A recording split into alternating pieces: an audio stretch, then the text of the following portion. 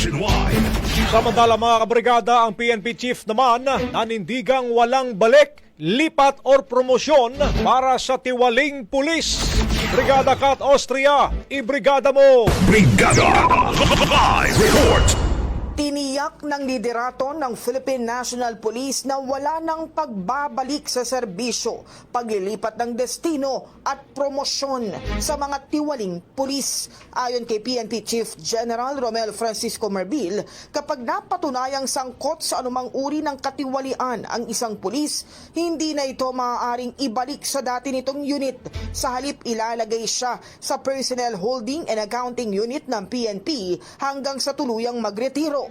Nilinaw ni Marbil na ang PNP ay hindi isang rehabilitation center at hindi na uubra ang paglilipat-lipat ng mga tiwaling pulis. Bahagi ito ng pinaigting na internal cleansing campaign ng pambansang pulisya na layong ibalik ang tiwala ng publiko sa kanilang hanay. Maalalang una ng inatasan ng PNP Chief, si PNP Deputy Chief for Administration, Lieutenant General Jose Melencio Nartates Jr.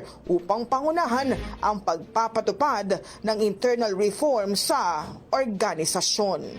In the heart of changing lives, ako si Brigada Kat Austria ng 105.1 Brigada News sa Manila, the Music and News Brigada Authority. Balita Nationwide. Ang bahaging ito ay hatid sa atin ng Guard C Plus with Zinc Capsule. Always protektado ang kalusugan.